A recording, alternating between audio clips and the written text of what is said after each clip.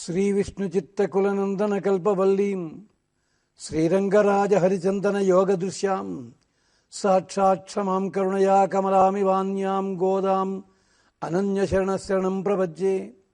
శ్రీమౌద్గల్య శ్రీవత్సగోత్రజాతౌ శ్రీ అప్పలార్యరత్నమార్య తనూభవౌద్వౌ శ్రీమచ్చటారి చరణాంబుజ జంచరీకౌ శ్రీరంగరామానుజదేశికౌ స్తుమః. మద్రక్షణైకదీక్ష శ్రీవైదేహీ రామభద్రయో పదద్వయి ప్రవచనే వాచస్పత్యం ప్రయచ్చతు. అస్మద్గురుభ్యో నమః. கற்றுக்கரவை கணங்கள் பல கறந்து செத்தார் திரளி சின்ன செலுச்செய்யும் குற்றமுன்னில்லாத கோவலர்தம் பொற்கொடியே புத்தரவர்கள் புனமையிலே போதராய். சுத்தத்துத்தோழி மாறெல்லாரும் வந்து நின்முத்தும் புகுந்து முகில்வண்ணன் வேறுபாட செத்தாதே பேசாதே செல்வ பிண்டாற்றி నీయెత్త కురుంగుం బురుడేలొరుంబావాయి. భగవద్బంధులర, ఈ పాశురంలో మేల్కొల్పబడే అమ్మాయి ఒక విశిష్టమైన వంశాచారము కలిగిన వారి అమ్మాయి. యాదవ వంశంలో వాళ్ళ కుల వృత్తి అయిన గోపాలన చేస్తారు. అవసరమైతే యుద్ధరంగంలో పాల్గొని తమ వీర విక్రమాన్ని చూపిస్తారు. అలాంటి ఉత్తమమైన వంశము. తుల్యశీల వయోవృత్తాం తుల్యజ అభిజన లక్షణాం రాఘవో అర్హతి వైదేహీం తం చేయమసిదేక్షణ అని అంటాడు హనుమత్స్వామి. అంటే కృష్ణస్వామితో తగిన వంశము, కృష్ణస్వామితో తగిన లక్షణము, కృష్ణస్వామితో తగిన అందము, ఆభిజాత్యము అన్ని తుల్యశీల వయ వృత్త అభిజన లక్షణ 5 లక్షణములు కూడా సరిగ్గా సరిపోయేలాంటి అమ్మాయి ఈ అమ్మాయి. అలాంటి అమ్మాయి అయినప్పటికీ కూడా భగవంతుడి మీద ఖచ్చితమైన అవగాహన ఉన్నది, భగవంతుని మీద అభినివేశం కూడా ఉంది ఈ అమ్మాయికి. ఈ అమ్మాయిని మేల్కొల్పుతున్నారు. ఎలా మేల్కొల్పుతున్నారు? కట్రుక్కరవై కణంగల్ పలకరందు செத்தார் திரளி சின்னு செலுச்சம் కుత్తమునిల్లాద కోవలడదం బొర్కొడియే. దోషము ఏమాత్రము లేని, కుత్తం ఒன்று ఇల్లాద కోవలడదం పొర్కొడియే. దోషమంటూ ఏమీ లేని యాదవ వంశంలో, అంటే ఈ యదువంశంలో ఉన్నవారి ఇంటి ఆడపడుచా అని పిలుస్తున్నారు. దోషమంటూ వారి లోపల వెతకడానికి లేదు. వారికి ఉన్న ప్రత్యేకత ఏమిటి? కణంగల్ పలకరందు. ఎన్నెన్నో మందలు మందలుగా ఉన్న ఆవులకి పాలు పితికే వాళ్ళు. ఏమిటి మందల లెక్క ఎలా చెప్పాలి? కట్రక్కరవై కణంగల్ పల. చిన్న చిన్న దూడలు కలిగిన ఆవులట. ఆ చిన్న చిన్న దూడల లెక్క ఎంతో కూడా మనకి తెలియదు. ఆ లెక్క చెప్పాలంటే మందలు చెప్పాలి. దూడల మందల్ని కూడా మందలు మందలుగా చెప్పాల్సి ఉంటుంది. అంటే అన్ని వేల దూడలు కలిగిన ఆవులు కలిగిన ఇంటివారి ఆడపడుచా అని అంటున్నారు. కట్రు కరవై కణంగల్ పల కరంద్. ఇలా ఆవులు కాచడమే కాదు, ఆవులని కాపలా కాయడం, ఆవుల్ని పెంచడం మాత్రమే కాదు, అవసరమైతే శత్రువుల మీదకి దూకగలరు. అలాంటి వాళ్ళుట. చెత్తారు తిరల్ అழிయా సెండ్రు చెరు చెయ్యం. అలాంటి వాళ్ళు శత్రువు ఎక్కడున్నాడో అక్కడికి వెళ్ళి వాడిని చావగొట్టుకొస్తారు. చెత్తారు తిరల్ అழிయా సెండ్రు చెరు చెయ్యం. శత్రువు ఎక్కడ ఉంటే అక్కడికి, అంటే శత్రువుని ఒక చోటకి రమ్మని వీళ్ళకు అనుకూలమైన స్థానంలో వాణ్ణి జయించడం కాదు. శత్రువు ఏ ప్రాంతంలో ఉన్నాడో ఆ ప్రాంతానికి వీళ్ళే వెళ్ళగలరు. అంటే రామచంద్రస్వామిలాగే అభియాత ప్రహర్తాచ. రామచంద్రస్వామి రావణాసుడితో యుద్ధం చేయడానికి రావణాసుడిని సముద్రం దాటి రమ్మనలేదు. రావణాసుడు సురక్షితమైన కోటలో ఉన్నప్పుడే రాముడు అక్కడికి వెళ్ళి యుద్ధం చేశాడు. అది కూడా పదాతిగా వెళ్ళి యుద్ధం చేశాడు. రథములు లేవు, ఆయుధములు లేవు, ఏమీ లేవు. ఉన్న సైన్యం అంతా చిటికేస్తే పారిపోయేలాంటి కొండ జాతి వాళ్ళు, కోతులు అక్కడ ఉన్నది. అలాంటి వాళ్ళని తీసుకుని వెళ్ళాడు. చెత్తారు తిరల్ అழிయా సెండ్రు చెరు చెయ్యం కుట్రం వన్నుల్లాద కో వలడదం బొర్కొడియే. దోషము ఏమీ లేని ఆ వంశము వారి ఇంట వెలసినదానా, బంగారపు తీగ వంటిదానా, పుత్తర వరగుల్ పునమైలే పోదరాయి. నీవెలాంటి దానివి? పుత్తు అవరల్గుల్ అంటే పుట్టలో శయనించి ఉన్న పాము వంటి కాంతి కలిగిన నడుము కలిగినదానా, పునమైలే వనమయూరము లాంటిదానా అంటే పింఛము విప్పిన నెమలి వంటి చక్కటి కేశభాషము కలిగినదానా, పుత్తర వరగుల్ పునమైలే పోదరాయి. సుత్తత్తుతోటి మారల్లారం వందు చుట్టాలు స్నేహితులు కూడా అందరూ వచ్చి సుత్తత్తు తోజిమారల్లారం వందు నిన్ ముత్తుం పుగుందు ముగిల్వన్నన్ పేరుపాడ నీ వాకిటిలో నిలబడి మేఘశ్యాముడైన కృష్ణ పరమాత్మని గురించి గానం చేస్తుంటే నిన్ ముత్తుం పుగుందు ముగిల్వన్నన్ పేరువాడ సెత్తాదే పేషాదే శెల్వపిండాట్టి ఏమమ్మా గొప్ప సంపద కలిగిన నా తల్లి చెత్తాది పేషాది నీ లోపల కదలిక లేదా, ఒక మాట బదులు లేదా, శెల్వపిండ అట్టి గొప్ప సంపద కలిగినదానా నీ ఎత్తెక్కురుంగుం పొరుల్ నీవు ఒక్కత్తివే శయనించడంలో అంతరార్థమేమిటి, నీవిలా ఒంటరిగా ఉండిపోవడానికి అంతరార్థమేమిటి, ఏం ప్రయోజనము, మా అందరితోటి కలిసి వచ్చినట్టయితే స్వామి ఆరాధన మరింత అద్భుతంగా భోగ్యంగా ఉంటుంది కదా, లేచి రావమ్మా అని ప్రార్థన చేస్తున్నారు. కట్టు కరవై కణంగల్ పల కరందు అని అంటే అర్థము వాళ్ళు ఎంతో ధనవంతులైనప్పటికి కూడా పరిచారకులతోటి పాలు పితికించడం చెయ్యరుట. వాళ్ళంతా కూడా తమ గోపి కర్మ అనుష్ఠానం కలిగిన వాళ్ళు గోప ఉచిత కర్మానుష్ఠానం కలిగిన వాళ్ళందరూ కూడా కట్టు కరవై కణంగల్ పల కరందు. ఎందుకు ఆవులన్నీ ఎందుకున్నాయి అంటే కృష్ణ స్పర్శ చేత ఎదిగిన ఆవులవి, కృష్ణ దర్శనం చేత ఎక్కువ కాలం బతుకుతున్నవి, కృష్ణుని తిరుగుతున్న ప్రాంతంలో గడ్డి మేసిన కారణం చేత 5-6 ఈతలైనప్పటికీ 5-6 సార్లు దూడలు పెట్టినప్పటికీ నిత్య యవ్వనంతో ఉంటున్నటువంటి దేవతలు ఎలా ఉన్నారో అలాంటి నిరంతర యవ్వనంతో ఉన్న ఆవులు ఇక్కడున్నాయి. కట్టు కరవై కణంగల్ పల కర్రందు. వాళ్ళకి ఎన్ని ఆవుల మందలు పితికావని చెప్పుకుంటే అంత గొప్పతనమట. కట్టు కరవై కణంగల్ పల కర్రందు. ఆవులు మేపుతారు కదా అని తక్కువగా చూడకండి సుమా. అక్కడ మత్స్యదేశంలో ఆవుల్ని కాపలా కాసిన వాళ్ళంటే మా వాళ్లే గొప్పవాళ్ళు. మత్స్యదేశంలో ఉత్తర గోగ్రహణం జరిగితే దక్షిణ గోగ్రహణం జరిగితే వాళ్ళంతా పరిగెత్తుకొస్తే యుద్ధం చెయ్యడం వస్తా అని అడిగితే వాళ్ళు చెప్పిన మాట ఆవులని అదిలించడం తెలుసు తప్ప గుర్రాలు తోలడం మాత్రం తెలియదన్నారు. అలాంటి వాళ్ళ వీళ్ళు కాదు. శత్తారు తిరల్ అழிయా శండ్రు శరుచెయ్యం. శత్రువు ఎక్కడ ఉంటే అక్కడికి వెళ్ళి వాడి శత్రుత్వాన్ని నాశనం చేసి వాడి పొగరుని తగ్గించి వచ్చేవాళ్ళు వీళ్ళు. మరి ఇంత మంచివాళ్ళు కదా, వీళ్ళకి శత్రువులు ఉంటారా? వీళ్ళకి శత్రువులు ఎవరు లేరు. భగవంతునికి శత్రువులు ఎవరో వాళ్ళందరూ వీళ్ళకే శత్రువులు. కృష్ణ పరమాత్మని చంపడానికి కంసుడు పంపిస్తున్నాడని తెలుసును. కంసుడు తనకు మహారాజు గనక కప్పములు కట్టారు. కంసుడు తమకి శత్రువు గనక కంసుడు పంపించిన వాళ్ళందరినీ ఇక్కడ కృష్ణ పరమాత్మ మట్టు పెట్టినట్టయితే మాట్లాడలేదు వాళ్ళు. శత్తారు తిరలటియా. సుగ్రీవుడి కోపం వచ్చింది రావణాసుడిని చూడగా. నేను ఎంచేత రాముని భార్య తన స్నేహితుడి భార్యని ఎత్తుకు వెళ్ళినవాడు ఎదురుకుండా కనిపిస్తే నేను ఊరుకోగలనా అన్నాడు.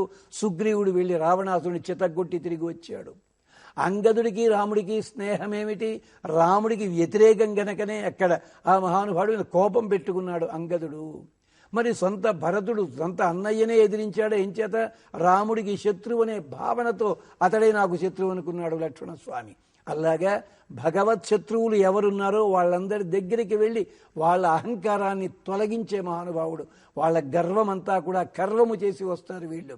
శత్తారు తిరలడియ శండ్రు సెరు చెయ్యం కుట్రం ఒండ్రు ఇల్లాదా. వాళ్లలో దోషమేమీ లేదు. శాపగ్రస్తమైనది యదువంశము.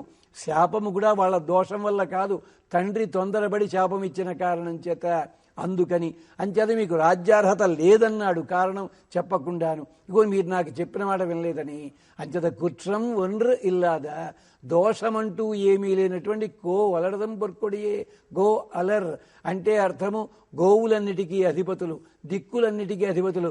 కోవలదం పొర్కొడియే బంగారు తీగలాంటిదానా. పుత్తు అరవలగుల్ అంటే పుట్టలో శయనించి ఉన్న పాముకున్న కాంతి. ఇక్కడికి విచిత్రమైన ప్రక్రియ ఈ వర్ణన. పుట్టలో స్వస్థలంలో ఉన్నటువంటి పాము శరీరంలో ఉండే కాంతి ఎంత గొప్పగా ఉంటుందో, కళ్ళు మిరిమిట్లు గొలిపేలా ఉంటుంది. అలాంటి కాంతి కలిగిన నడుము కలిగినదానా. పుత్తరవరుగుల్ పునమైలే అందమైన నెమలి వంటిదానా, వనమయూరానివి నువ్వు అంటే కృష్ణ సాన్నిధ్యంలో కృష్ణుడే మేఘమైతే నీ మనస్సు నెమలి కింద మారి పురివిప్పి ఆడుతుంది. అలాంటి పునమైలే పోదరాయ్ సుత్తత్తు తోజిమారల్లారం వందు. చుట్టములంటే దేహబంధువులు, తోజిమారంటే స్నేహితులు. అంటే స్నేహితులు వచ్చే చోటికి బంధువులు రారు, బంధువులు వచ్చే చోటికి స్నేహితులు రారు, ఇద్దరూ కలిసి వచ్చే చోటు దేవాలయం కదా. అందుకని సుత్తత్తు తోజిమారల్లారం వందు నిన్ ముత్తుంపుగుందు. నీ వాకిట ప్రవేశించాము, ముత్తుంపుగుందు ముగిల్వన్నన్ పేరువాడా. మేఘశ్యాముణ్ణి మేం గానం చేస్తున్నాము. మేఘశ్యామం పీత కౌశేయవాసం అని అద్భుతంగా గానం చేస్తారు. అంటే మేఘము వంటి శరీరం దేనికి? కారుణ్యాపం త్రిదశ పరిషత్ దదర్శ. కాలమేఘం అంటాడు భోజుడు చెంపు రామాయణంలో. కాలమేఘం ఏమిటది? ఆ నల్లని మేఘమట కారుణ్యాపం. లక్ష్మీ విద్యుల్లసితం. లక్ష్మీదేవి అనే విద్యుత్తు చేత ప్రకాశించుతున్నది. అంటే లక్ష్మీదేవి మెరుపు తీగలా ఉన్నది. మునిజన చాతకానాం అంబుద. ఆ మునీశ్వరులనే చాతక పక్షులకి అంబుదమిచ్చేవాడు, అంటే నీళ్ళనిచ్చే మేఘం అది. అలాంటిది. అలాంటి కారుణ్యాపం దదర్శ త్రిదశ పరిషత్ కాలమేఘం అంటాడు భోజుడు. అలాంటి ముగిల్వన్నన్ పేరువాడా. శత్తాదే పేషాదే. భగవంతుడి గురించి గానం చేస్తుంటే నీ దగ్గర స్పందన లేదే, కదలిక లేదే, మాట కూడా సమాధానం లేదే. శత్తాదే పేషాదే శెల్వపెండ్ ఆట్టి. గొప్పదైన సంపద కలిగిన ఓ ఆడపిల్ల శెల్వపిండాట్టి. నీ ఎత్తెక్కు ఉరంగం పొరుల్. నీవు ఒంటరిగా ఇలాగ నిద్రపోవడానికి ఏమిటి ప్రయోజనమో నాకు చెప్పమ్మా. నీ ఎత్తెక్కుం ఉరంగం పొరుల్ ఏల్ ఓర్యంపావాయ్. ఇది మా దృఢమైన వ్రతము, ఇది మా దృఢమైన అధ్యవసాయము, భగవంతు యందు మాకున్న ఆసక్తి అని అంటున్నారు. కట్రుకరవై కణంగల్ పలకరందు అంటే అక్కడ పశు సంపద ఎంత గొప్పగా ఉంది అంటే దూడలున్న ఆవులు అంటే యాగార్హత కలిగిన వాళ్ళు వాళ్ళందరూ కూడా. వీళ్ళందరూ కూడా కర్మానుష్ఠానం వదలరు. ఎంచేత మేము కృష్ణుడికి దగ్గర మేము చాలా గొప్పవాళ్ళం అన్నప్పటికీ యాదవ వంశములో ఉన్న కర్మానుష్ఠానం ఏదుందో స్వధర్మో నిధనం శ్రేయ. తన ధర్మము ఏదుందో దాన్నే ఆచరించాలి. తరువాత ఇతర వృత్తులకి వెళ్ళవచ్చు తప్ప ఇంటికి సంబంధించిన కుల వృత్తి ఏదుందో కుల వృత్తికి సాటి లేదు గువ్వల చిన్న అన్నాడు. అందుకని ఈ గోపబాలకులందరూ కూడా ఇంతటి ధనవంతులైనా కానీ స్వయంగా పాలు పితుకుతారు. స్వయంగా పాలు పితకడం అంటే భగవంతునికి నివేదన చేయడానికి యజ్ఞార్హత కలిగిన వాళ్ళు. అవసరమైతే శత్రు నిరాసనం చేస్తారు.